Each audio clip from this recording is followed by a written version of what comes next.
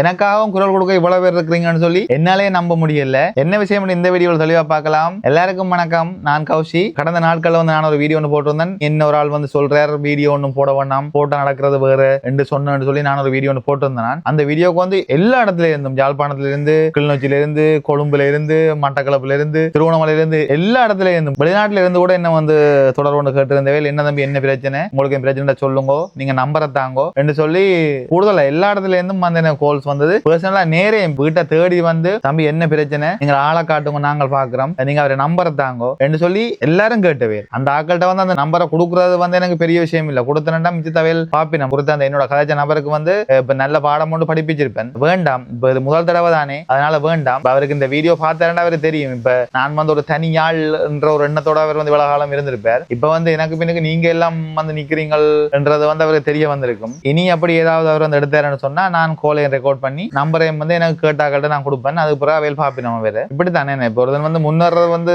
தடுக்கிறதுக்கு எவ்வளவு பேர் முயற்சி செய்யறாங்கல்ல. இப்ப நான் யாருக்காகவும் நான் இந்த விடயத்தை துவங்கல, நான் யாருக்காகவும் நான் இந்த விடயத்தை வந்து விடுறதாயும் இல்லை. முதலாவது இந்த விடயம் நடந்து எனக்கு கால் பண்ணி மெசேஜ் பண்ணி நேர வந்து கதைச்சு என்ன பிரச்சனைன்னு சொல்லி அன்பா விசாரிச்ச எல்லாருக்கும் மனமார்ந்த நன்றிகள். நீங்கள் வந்து என்னில இவ்வளவு அன்பா இருக்கிறது வந்து எனக்கு அவ்வளவு சந்தோஷமா இருக்குது.